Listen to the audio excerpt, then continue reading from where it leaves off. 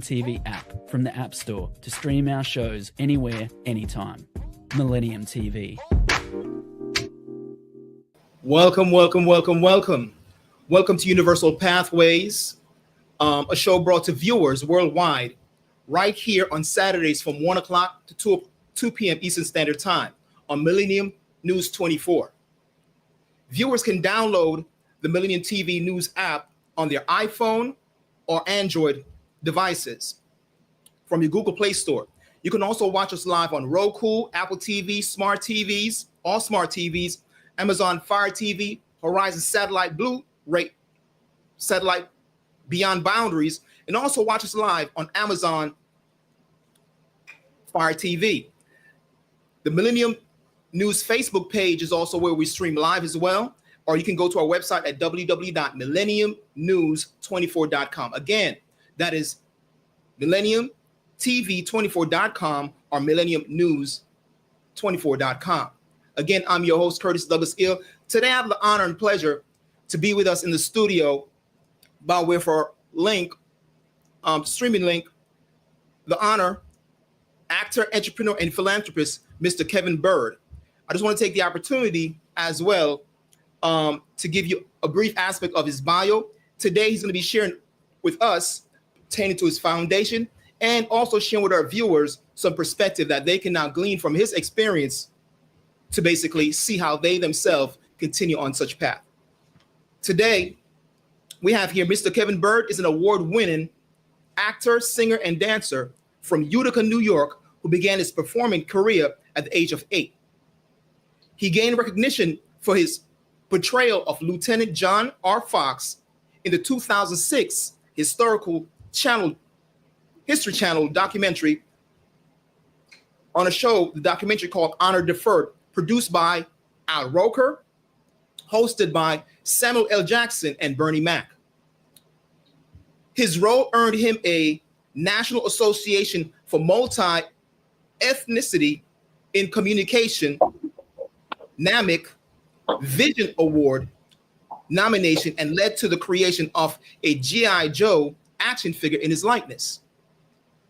Mr. Byrd has done his one-man off-Broadway show called Release. This production received critical acclaim, with the Black Star News describing his performance as an Oscar award worthy. Beyond his career, Mr. Byrd is a dedicated advocate for prostate cancer awareness as well. After losing his grandfather to the disease, he found the Brown Byrd Prostate Cancer Foundation to promote the early detection and education. His advocacy has been recognized by numerous leaders, including President George Bush,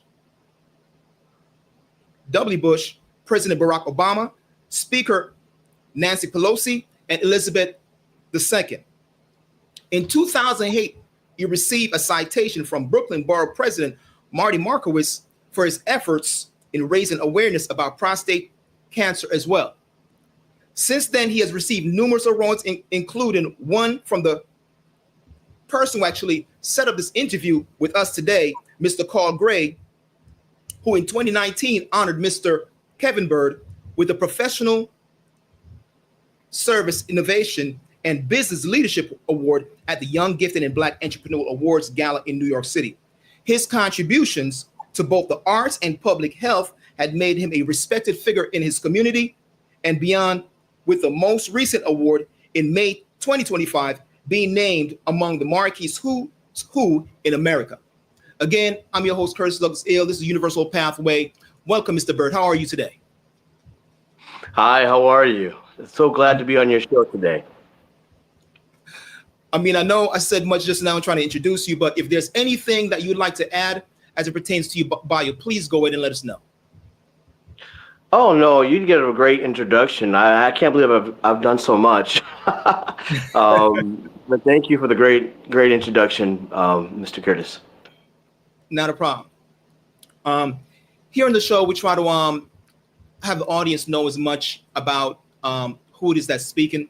So with that being said, we mentioned the Brown Byrd Foundation. But before we get into that, You grew up in Utica. Can you just let the audience know just a little bit about your background and just what motivate you?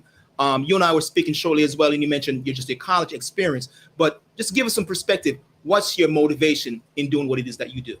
Oh wow, I'm from a small town called Utica, New York, upstate New York, and I don't reside there any longer. I was there. I was born and raised in Utica, New York, and I got my start as a up and coming entertainer when my father took me by the hand.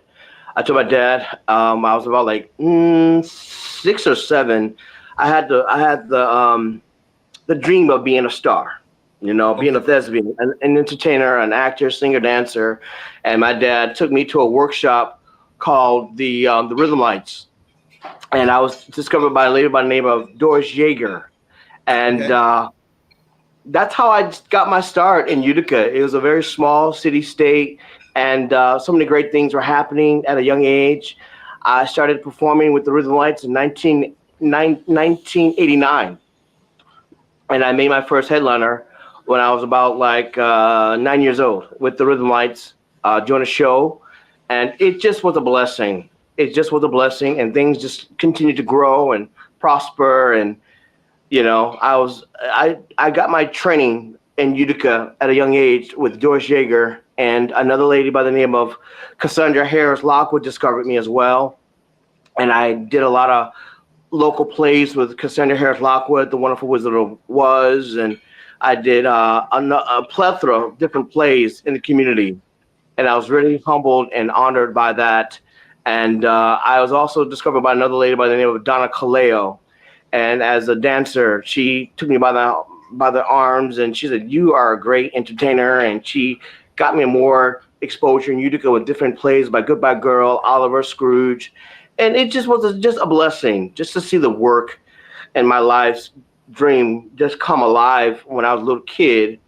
And I graduated a year early from high school in 1998 from Proctor High School. And I said I wanted to go to New York City to be a big star.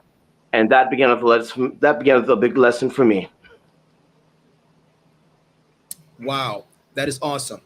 You mentioned your father, right? Yeah. Yes. Yes. And then there's this instance that happened at age 19. You came down to New York. We went to LIU. Mhm. So can you speak to us a little bit about that impact between your father and your grandfather, and how it is that you went from just this rising star aspect to now take on such a huge mission, such as bringing awareness to males of African descent that might not be aware of what you consider within the community, the number one, killer affecting them from a medical standpoint, and at the same time, I think it's like second overall. Can you speak to that a little bit? Yeah. I went to college. I went to college. I went to college at the age of 17 years old, and it was just such a blessing just to go to college in New York City, the Big Apple, And my mom at the time, she took me by the hand and she dropped me off, and she said that you're gonna be a star one day, and it just happened that way, And I was so blessed and fortunate to have a great family team of great members in my family, and people from my church got behind me. They helped me get a scholarship, and I went to LIU, Long Island University, and it just was a blessing. And I met my best friend at the time, Blossom Brown, and she took me by the hand, and she just said, Kevin, we're gonna do some great things together. And I was doing a lot of theater plays and productions like of that nature in New York around that time. And around the time I was 19, I was a junior or senior in college. She said, Kevin, let's write a film. And I was working on other projects at the time, and I said, well, what kind of film am I going to write? And we were going through a lot in our personal lives because my grandpa was diagnosed with prostate cancer. Then her grandfather was diagnosed with prostate cancer. I said, let's come up with a film that can highlight the awareness of prostate cancer. Mm-hmm. And that's how we started. We started with a thought, we had a thought, we had a mission, and we just prayed about it, and it just went from one level to the next level, and it's where it is today. Wow. That is very impactful. You know, the power of a thought, right? Yeah. Oh my gosh. And it's also good to have a friend. I know meeting people in college, it has such a huge impact on our lives. You also Yes. seem to be very spirited. You mentioned just your church. So you seem to be a man of faith as well. You know, can you just speak to that a little bit as well? This is the show Universal Pathway. And the whole idea is there's not one set way to come to the truth. And like you mentioned, while in college, there were difficulties. Yet here's a friend, both you and her had tragedies in your lives as it pertained to your grandfather and her relative as well. And then that collaboration coupled with faith catapult you in such a life. What was that like? I'm gonna tell you something. Excuse the person. That's my mom in the background. She's doing some things, getting me prepared for another event. All the viewers assume that's my beautiful mom in the background. I was a young man that had a dream. I wanted to come to New York City to be a star, and I had a lot of setbacks because I was young. And I was young African American man, and I didn't really know many people in New York City at the time.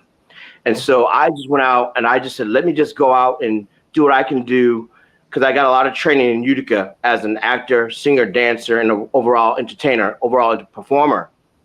And it just honed my craft at LIU, Long Island University, with Dr. Barbara Parisi and Dr. Marla Duck Collins. Those are my acting coaches, and those are my coaches that trained me as a thespian. And they sent me out on a lot of auditions. I didn't get anything for a long time.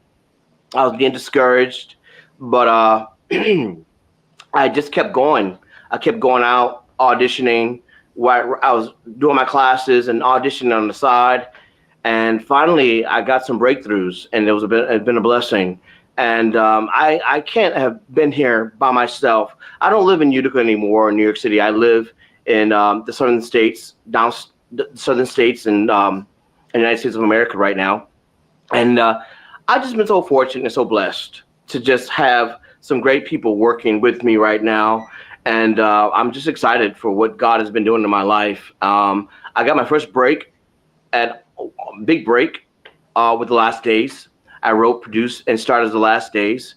As a young thespian, Michael was the character in the movie, and he was diagnosed and succumbed to the disease of cancer.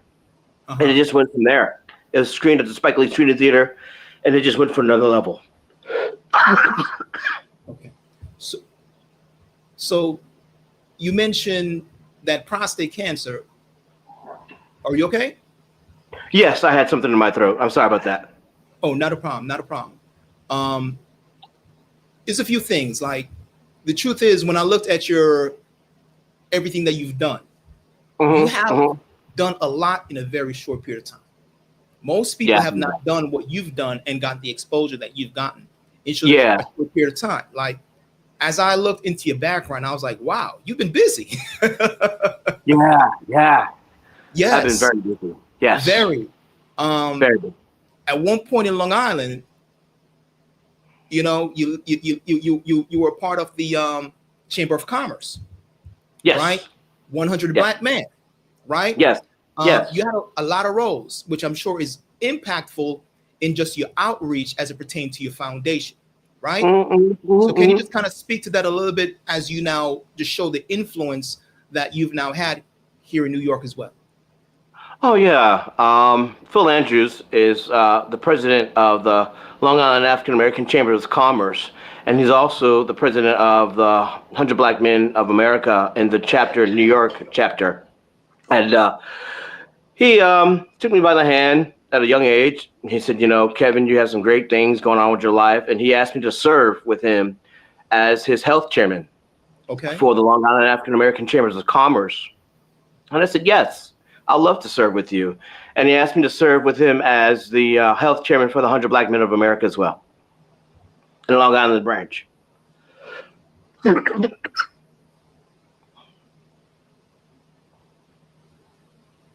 Yes. Millennium TV, bridging communities worldwide. We broadcast diverse international content from Europe, Asia, Africa, and now right here in the USA. Watch us via Roku on your smart TV. Download the Millennium TV app from the App Store to stream our shows anywhere, anytime. Millennium TV.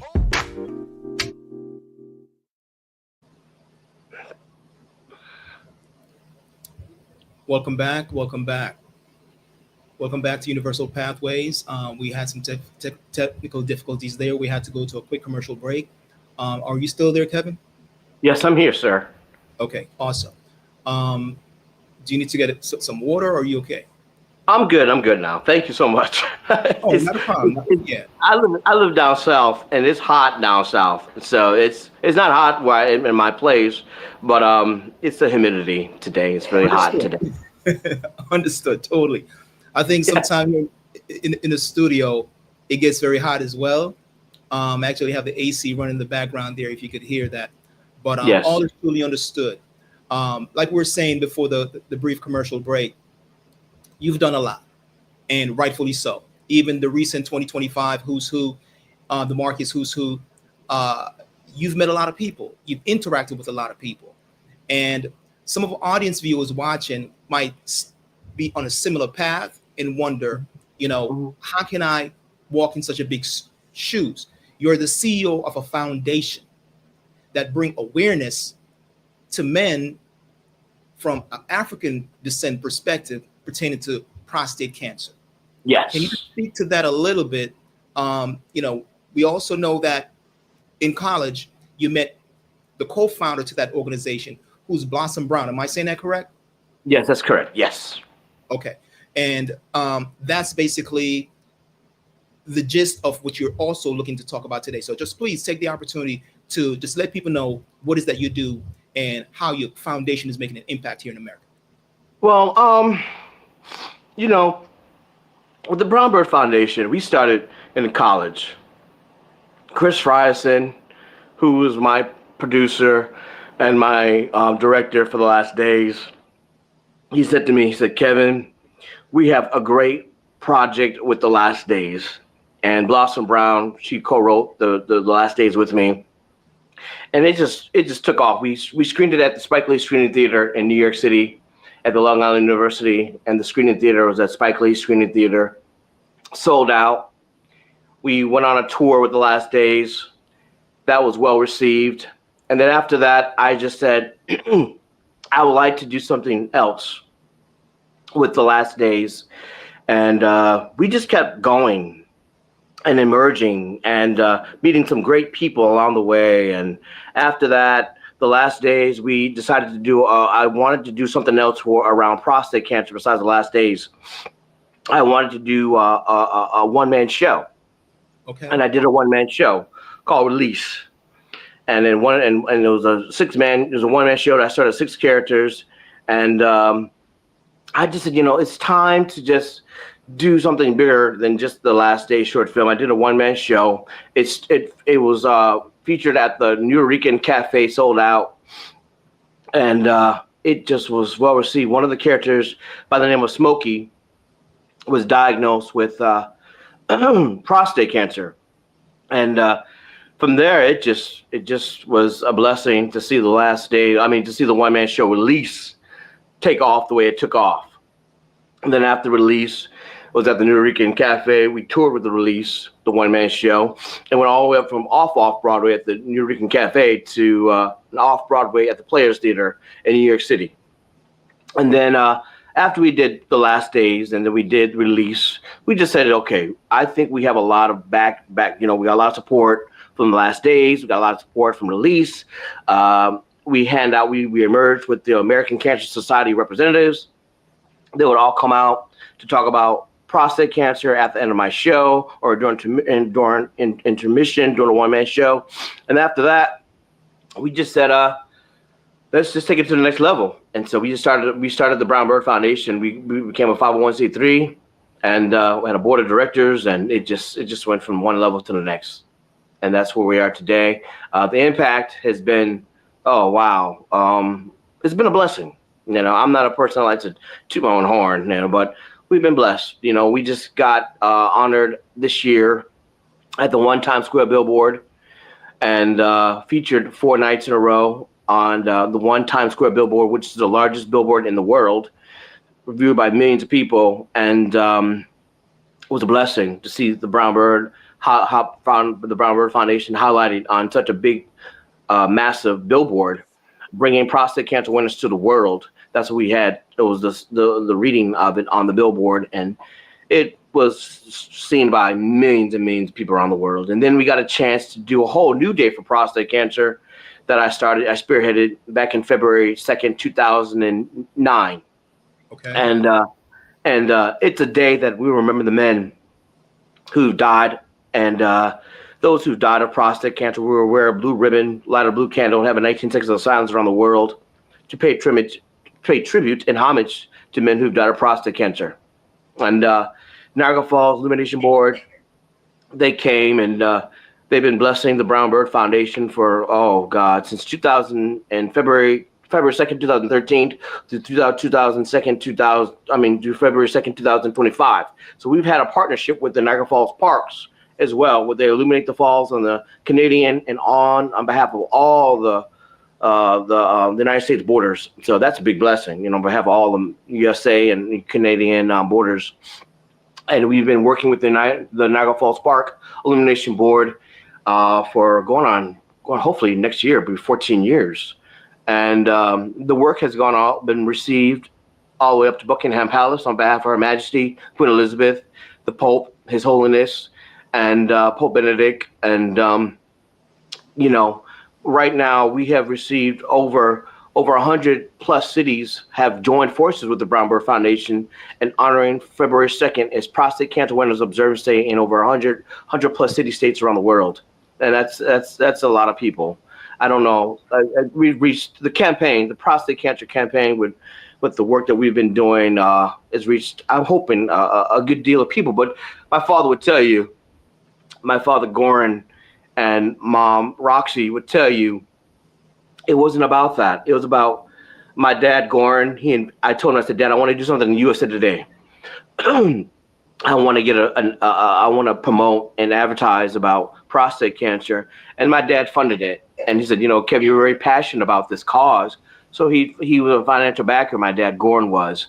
And as anybody know, in New York City, it's hard to make it in New York City in any capacity, whether you are an actor, singer, dancer, lawyer, producer, or whatever your dreams are to come to New York City. It's hard to make it.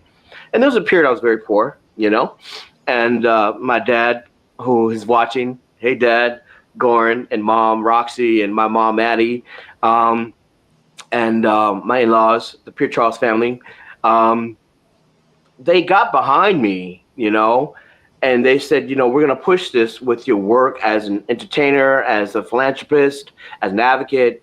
And they just, when my dad Goran funded the USA Today ad campaign that went all around the world, that's when everything just broke through nationally and internationally, because USA Today at that time was it's a really big platform. USA Today was one of the number one circulated media outlets in the world. And when we promoted that USA Today platform, I was going to go on tour with prostate cancer with Rabbi Weinsberg and Dr. Ron Carey. We did a big city, a 13 city-state tour, and we toured all around the East Coast and West Coast and down south as well, raising awareness of prostate cancer in February 2009. I got the privilege to go into a lot of different synagogues, churches. It was a faith-based tour too, and we did screenings, and it was a beautiful, beautiful opportunity. I even spoke at a huge church called New Birth, and spoke to about 10,000 people at one day. And my mom, so proud, she was there and in the audience, and I was so happy to talk about my work in front of 10,000 people. That's a lot of people, and it broke. The tour was a blessing. It got featured on Good Morning America. And it got featured on a lot of different media platforms, and we've been blessed. We've been really blessed. It's been a lot of hard work now. The board of directors They work tirelessly with me. We come up with great ideas, and we come up with great prostate cancer campaigns, and what we can do to make the work even more strengthened in the community at large. Curtis, we really have been working hard. Wow, I could tell. That's a lot. I mean, it's great to see the support that you got as well from USA Today. Yes. You've definitely been busy. You know, your connection with the rabbi. So you're crossing various different ethnic groups as well. So the collaboration just seems great from that universal perspective, just to be able to now bring awareness not just to your community but to all communities in general. Very powerful experience. I just want to own a little bit. You mentioned your family, and it's just great to get the support of your father, your mother, and your wife included. There's one point I saw where you gave some feedback in an interview, right? And you mentioned, I think it was about the time period of 2012, where the organization, the foundation, hit a certain spot in the road. So with as much you have that positive upliftment and that blessing, you also had some challenges along the way. And in 2012, I think your wife reminded you have a lottery ticket, very powerful statement. And the point you were doing was to encouraging others to let them know that nothing great as such comes without its challenges, right? So can you just speak to where were you mentally and what was going on in the organization in 2012 that, had those inspiring words come from your wife? Oh my God, she was my wife at the time. She was just my friend. She's just a friend that I met. But she's my wife now. But no, Karen, and I hope she's watching in Florida. My wife, Karen Pierre Charles Byrd. We met through mutual friends at my church in New York called the Brooklyn Tabernacle after a Tuesday night prayer service. And we went to Chipotle's and had some food, and we became really good friends after that night. After that night, we became inseparable. But my girlfriend at the time, Karen, she just said, I was living in the projects. I was living in Marcy Projects with Jay-Z, where he used to live. Yeah, it was that rough. It was hard for me. I was struggling as an actor, struggling as a president of an underground Brown Byrd Foundation that I wasn't even heard of at the time. I was getting some notoriety, but it was not making any. It was getting some notoriety, but it wasn't huge or nothing like that. Gotcha. So she basically just said, "Kevin, we're gonna work together." And she took me by the hand and said, "Kevin, she backed me. She gave me $1,000. And my first $1,000 I got was from my wife, my girlfriend at the time. And she just invested in me. She invested into the foundation. She invested in my career. And she said, if this is what you want to do, we're going to go head on. And she's just been my backbone for many, many years. And I love her dearly to this day. And she has been by my side.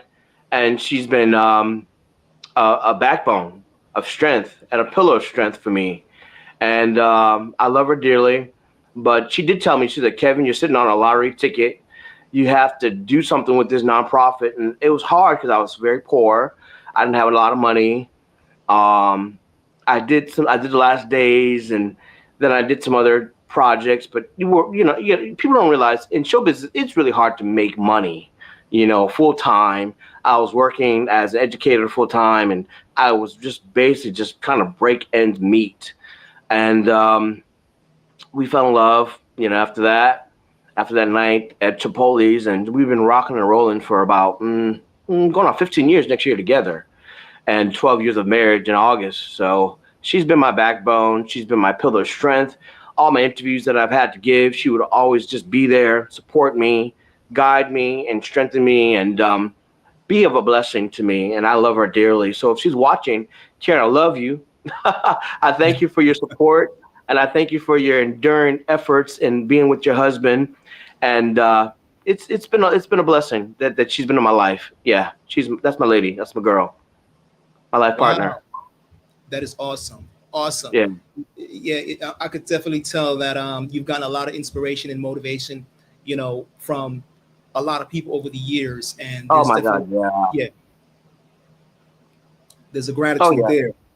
Oh yeah, I Curtis, I have got to tell everybody. I know that we're talking about following your dreams. I went to LIU. Long Island University, and I graduated and I got my degree. And it was still very difficult to make it because you got to talk about New York. We're talking about the best of the best come to New York to make it. That's And right. it's so hard. I mean, when I auditioned for any role, I mean, I had to outbeat like 500 to 600 people, actors, just to get one spot and something. You know what I'm saying? And Yes. it was like that for years in New York, and years and years and years and years. And it was tiring. It was taxing. A lot of money spent on my career, but with God, all things are possible. And now I can look back on all the hard work and all the dedication that I put into my career. And Curtis, I can say I've been blessed. I really, truly have been blessed by God. Amen. Indeed. You know, there's some information that you put forth in one of your talks, and very inspiring. And I like the fact that you always come back to spirituality in your discussion. So, Yes. with Yes. that being said, we're going to go to a quick commercial, and we're going to come right back and just ask you more about your faith, just the overall aspect that God has played in your role in just bringing you through those tough times as well. Oh, yeah. This is Universal Pathways, and this is an interview with Mr. Kevin Byrd, CEO and founder of the Brown Byrd Foundation. We'll be right back after this commercial. Thank you. Millennium TV, bridging communities worldwide. We broadcast diverse international content from Europe, Asia, Africa, and now right here in the USA. Watch us via Roku on your smart TV. Download the Millennium TV app from the App Store to stream our shows anywhere, anytime. Millennium TV. This is Universal Pathways. Again, I'm Curtis Douglas Ill, your host, and I have today with me in the studio Mr. Kevin Byrd, a philanthropist, an entertainer, an actor, and very passionate about what it is that he's done over the years, and very grateful. He has spoken at length to just how he got started. His family plays a very great role in his life. Very supportive parents, supportive friends in college who co-founded the foundation that he's now speaking about today, as well as his wife, supportive factor in his life as well. Faith plays a tremendous role. So much so, I've heard and just gotten some feedback in one of his previous interviews. He said, reading the Bible has impacted my leadership style and has changed my life. He said, I made priority to read the Bible each day, and I found my outlook on life has changed for the better. One of the profound aspects he speaks about leadership and profoundness of leadership. He said, leaders are serving first, but among you, it will be different. He said, whoever wants to be a leader among you must be your servant. And he quoted what? Matthew 20:26. Can you just speak to that a little bit? Because you've played various different roles as far as leader in the various different organizations. Can I be heard? I see you. Yes. Okay. Yes, I can hear you. Not a problem. Just checking, because every signal kind of speak to things. It's a live broadcast and it's a link, so I just want to make sure that you can hear everything what I'm saying. So you gave many quotes from the Bible, and this is profound because you keep coming back to faith. Just kind of speak to that. You mentioned the servant leadership and just how that has played a role in you now being out there, promoting your foundation and your acting career, as well as everything that you're doing. You know, I'm going to tell you something. You know, I was born and raised. My mom is a witness. She's right here. And I love you, Mom. And she has been a pillar of strength. My biological mother has been. And there's been other mother figures in my life, like Roxy and my mother-in-law, Eucelia, my dad, my dad, Kermit, my other dad, Goran, and my other dad, my father-in-law, and Ulrich. These are people who I saw work hard. These are hard workers. You know what I'm saying? They worked hard and they made a difference in their personal lives and in their professional endeavors, and they've made an indelible mark in my life. Yes. And I went to church as a little boy. I was born and raised in church all my life, so I knew about the gospel at a young age. And I was seeing a beautiful woman by the name of Barbara Allen. She was my Sunday school teacher. She encouraged me to read the Word of God. And when I graduated from high school, she gave me a personal Bible to take with me to college. And she's no longer with us now. She's in heaven singing with the big choir.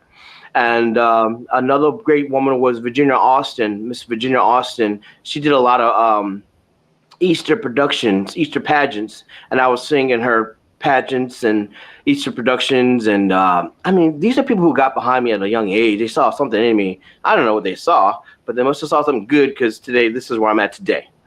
And and I do a lot of prayer. I pray every morning. I get up in the morning, I pray. I spend time in God's presence every morning at like, God, 2:00 in the morning. And I just rely on the Holy Spirit to bless me, to get me through the day.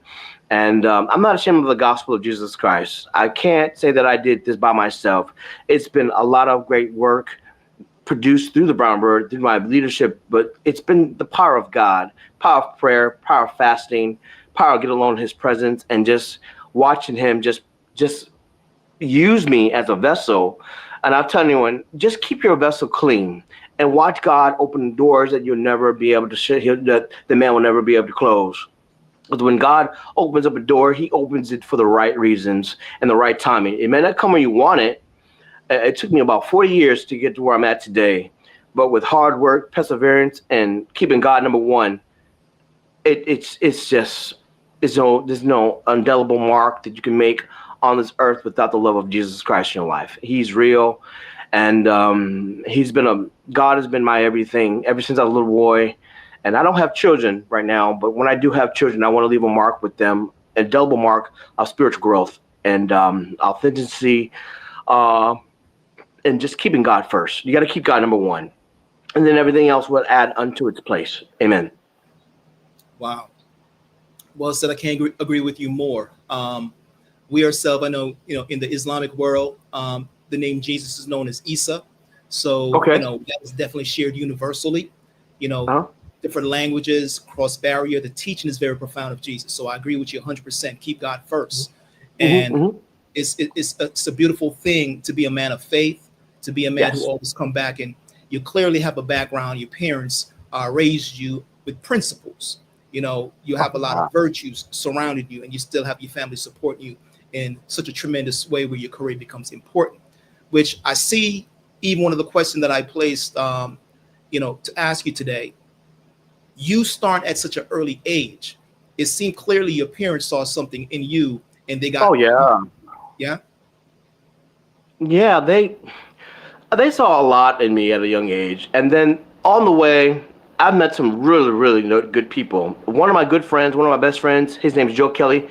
He's actually the background of the portrait. Yes, I can see that. Yes. Okay. That's me and Joe. We did an ABC special at the Stanley Theater for my 30th anniversary, for my career's 30th anniversary. We shut down the Stanley Theater, which is a huge Broadway League theater, and we did a big TV special at the theater, and it was beautiful. You got to look it up. It's on my website. And Joe and my other best buddy, Will Copper, Candyman, aka Candyman. I know he's watching. What's up, Will? And Will, he was another influence in my life, because Will Copper, because he got behind me. He said, Kevin, don't cancel. He said, whatever, that's a life lesson, because sometimes we get busy, and sometimes we can't make everything that we want to do, and sometimes we have to prioritize our lives. But my good friend Candyman, he's always encouraging me, and I wouldn't be where I'm at today if I didn't have a good friend like Candyman, because he's always backing me, he's always encouraging me, he's always inspiring me, he's always pushing me to be better than I want to be. Because I'm like, Ken, I used to tell him I can't do this, and he said, yes, you can, Kev. You have God first, and you have your faith, and I have two good friends, Joe Kelly and my buddy Will, aka Candyman. I talk to them all throughout the week.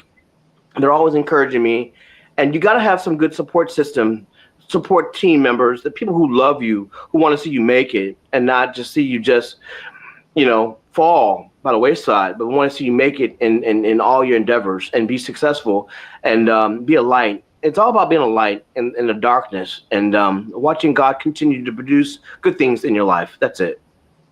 Wow. Well said. Being that light. So much so that you've had a street named after you.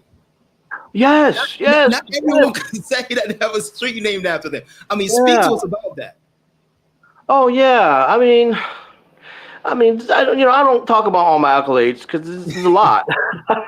But yeah, I have a street named after me in my hometown. They gave me a street named after the Brown Byrd Foundation called the Brown Byrd Lane. It's where I grew up on Pond Lane, and now Pond Lane is AKA known as Brown Byrd Lane in honor of my work. The city council representatives, they all came together. They gave me a resolution to pass the bill, and that's what we're going to give you a street name in your honor of all your hard work. And I've been blessed. I've been really blessed to be one of the youngest African American men in the state of New York to have a street named after him. Yeah, I'm very humbled by that. Yes, Yeah. that is the great accomplishment, and honors Thank to you. you as well.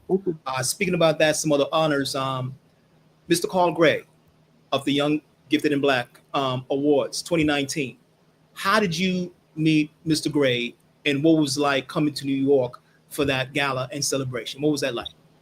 Oh man, it was a blessing. Mr. Carl Gray, that's how we got connected, is through Mr. Carl Gray. He introduced me to you, and my publicist, Phil Andrews, he serves as the board of directors on the Brown Byrd Foundation board. Mr. Phil Andrews, he said, Kevin, we want to honor your work as a business leader of the year, and in 2019, 2020.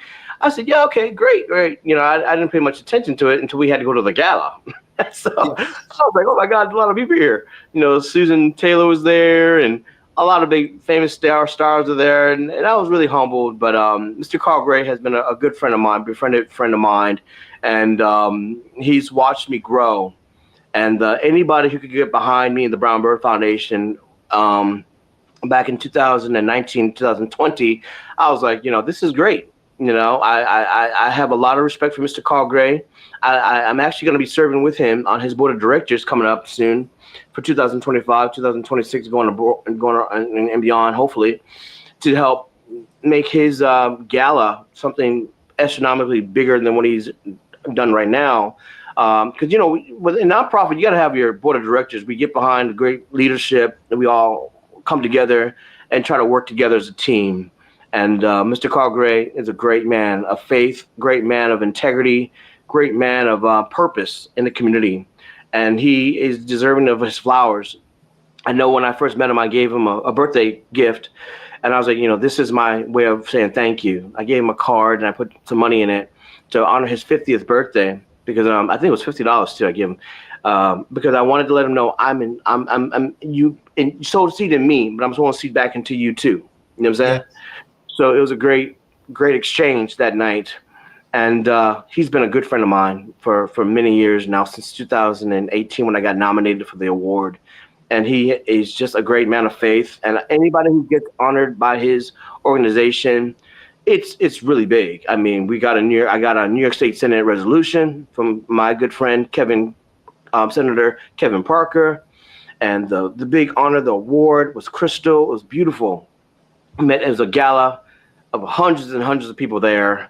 You wear a black tie and tuxedo, and women wear gowns. It's top of the line. The mayor comes, and all these dignitaries are there, and I was nervous. I get starstruck for anybody, So I was starstruck that night, but it was really a blessing. It was a really blessing. And Carl is a very humble man of God. He really is. Really good man. Yes, I share a similar sentiment. He's a good friend as well, and he does a lot for the community. And he really lifts people up. So he's a very good man, honorable in what he's doing as far as his impact on, New York City. And hopefully that will continue, because he's looking to take that globally as well. Oh, yeah. It's truly great to see what you're doing for the Brown Byrd Foundation. Mm-hmm. And your life itself is an example for many who, whether it be they want to get into entertainment, they want to get into acting, they might not know how it is to form a 501c3 organization such as yourself, and go forth and build a momentum to get support, sponsors. You have huge money behind you. Tremendous. Words would you say, as we prepare to close, for anyone that might look and hear this interview today and says, you know what? He got a network of family. He got a network of a wife. He got a network of great friends. They might not have that. What words would you give to them in closing to inspire them to see and have some hope that, guess what? It was not always like that. You mentioned at one point, Marcy Project. So you had your ups, you have your downs. So what words of wisdom as a man of faith would you encourage them with? I have to say this. I had to reach over and get this Marquise Who's Who in America. Yes. Because I'm hold this up. If I can hold it up, it's so heavy. Marquise Who's Who in America. It's what hard work and dedication pays off. You know what I'm saying? They called me back in March 2023, and they said that we've been hearing about all your great work following you, and this is something that you just can't just ask to get. They have to invite you to be honored with the induction. And they watched me grow, and it took 2 years for the history book to come out, this Marquise Who's Who in America to come out. And I was like, I cried when I received my book and the history book, because I knew that I made a difference in someone's life. I hope I touch one person's life. Maybe it's just one out of the many people maybe I have heard about the Brown Byrd or heard about my life's work. Hard work, dedication, perseverance, never give up. I wanted to give one shout out to Rebecca McLean, because people don't know that I became the youngest African-American man to be inducted into the Oneida County History Center Museum. There's a museum exhibit on my life's work that happened a couple years ago, and they gave me a huge exhibit and just thank, on behalf of the state of New York. It went all the way to state history, New York State History Museum, honoring history makers, which was a museum exhibit that they did on my life's work. And then after they did the museum exhibit on from April 29th to July 30th, 2021, they said, we're going to archive your work forever. So my memorabilia is stored at the Oneida County History Center Museum forever now. My proclamations, letters of importance, things I've worn, letters of importance, media, whatever you may be, it's now stored in history at the Oneida County History Center Museum in Utica, New York. Ask for Rebecca McLean. Tell her that Kevin Byrd sent you if you want to check out some of my work. And it's been a blessing. But the Marquise Who's Who was one of the biggest honors I've ever received in my entire life, because this goes around to the White House, it goes to the Library of Congress, it goes to universities, libraries around the world. And my biography is going to be has been enlisted among all these great men and women of great honor in the world. And I have a place in history now. So I just tell anyone, just keep working hard, be perseverance, never give up, keep God first, and be a light, and keep smiling. God will see you through. God bless you. Wow.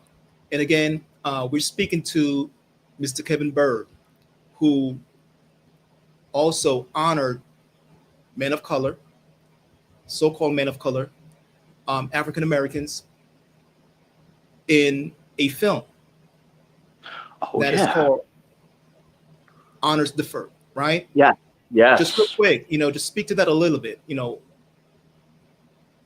Oh my God, Curtis, I'm gonna tell you something. To star as Lieutenant John R. Fox, a legendary soldier who fought and died in World War II. My friends say a hero playing another hero. So I don't know if I'm a hero, but he was a legendary hero. He killed 100 German soldiers all by himself in World War II. And his heroic act was honored by President Bill Clinton at the White House. His wife, Arlene Fox, received the Congressional Gold Medal of Honor in honor of her husband's heroic acts. He succumbed to his efforts in fighting in World War II. He died, but his memory lives on forever. I believe in heaven, he smiled down and said, we're going to have Kevin Byrd play me. And I started as him, and it was a life-changing experience for me to work with Al Roker, Samuel Jackson, and Bernie Mac, and all the other actors, six legendary reenactments that we had to do for the 7 legendary soldiers who received the Congressional Medal of Honor. I opened up the whole entire production. I was the first story that they talked about. I was a blessing. God said He'll make you the head and not the tail. That's and right. To this day, the Honor Deferred, if you look it up, Honor Deferred now has a place at the National World War II Museum. The DVD documentary is stored there now. You can buy it. You can go and be blessed by the documentary and have a place. It's now at a place in history forever. And I never thought it was going to get that big, but it's a big moment in my life's work, and I'm humbled that I started as this legendary soldier. Thank you. Oh wow, well said, well said, well said.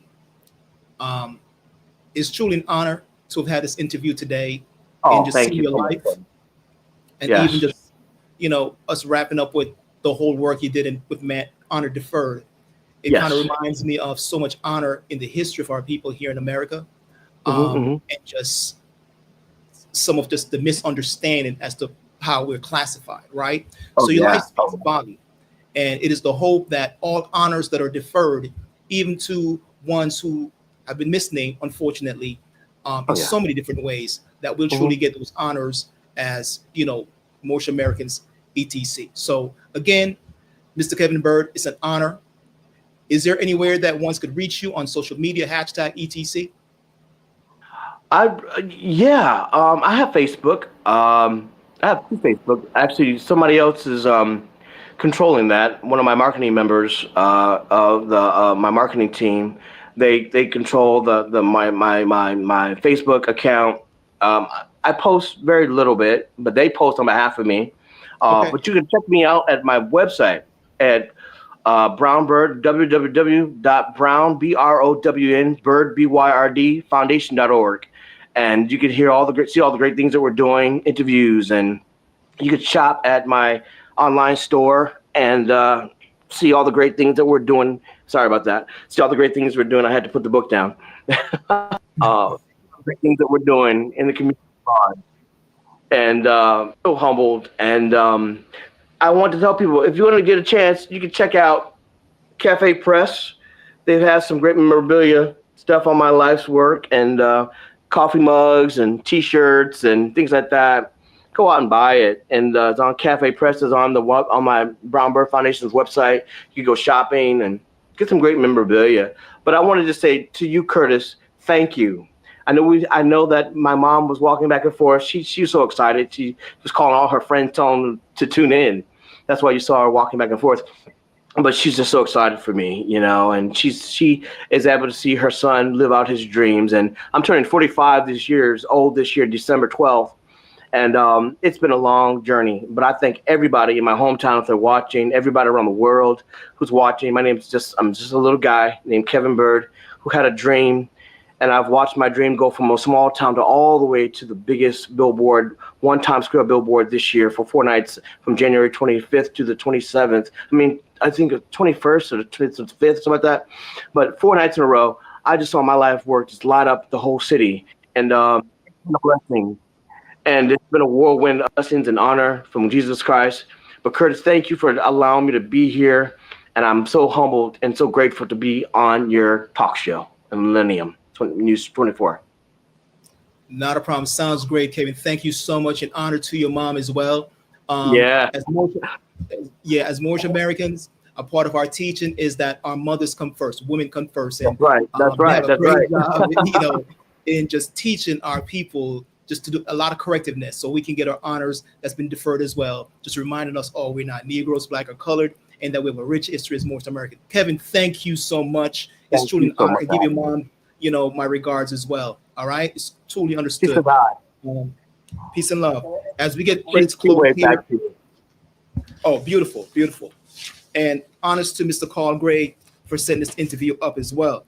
Thank you for our viewing audience. This is Universal Pathways, right here on Millennium News Network. We hope you have been encouraged, edified, and also learned from Mr. Kevin Byrd's life. Challenges are part of the very fabric of life. We ought to prepare to meet them with wisdom we have gained or which others have passed on to us. Know that we are a global family and we need to be better neighbors in our current and future interactions. Thank you to our audience for viewing and sharing this hour with us. Please share this broadcast with others that you think might benefit. Again, Kevin, thank you and peace and love. God bless you. Thank you so much to everybody. Thanks again. Peace and love.